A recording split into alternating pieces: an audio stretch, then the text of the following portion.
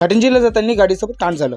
कांड का झालं ते तुम्हाला पुढे सांगतो. टेन्शन किती असो पण पेट पूजा हीच मोस्ट इम्पॉर्टंट. काम म्हणतोय पोट्यो, मी तुमचा लाडका वेदांत. सर्वात अगोदर तुम्हा सर्वांना धन्यवाद. काही दिवस आधी मी एक व्लॉग टाकला होता आणि त्या व्हिडिओला मला 1 लाख व्ह्यूज आले. सकाळी सकाळी शेतात आलो कारण आपल्याला एक काम होतं. आपल्याला हे नोझल घराकडे घेऊन जायचं होतं आणि नंतर मी आलो बसस्टॉपवर आपल्याला एक काम होतं.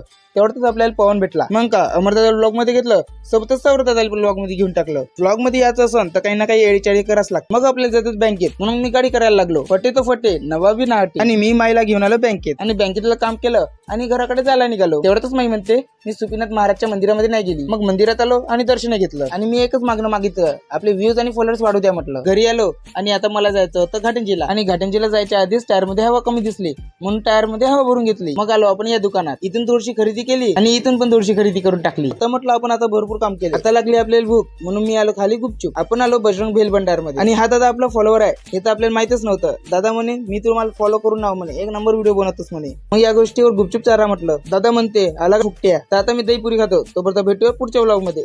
राम कृष्ण हरी.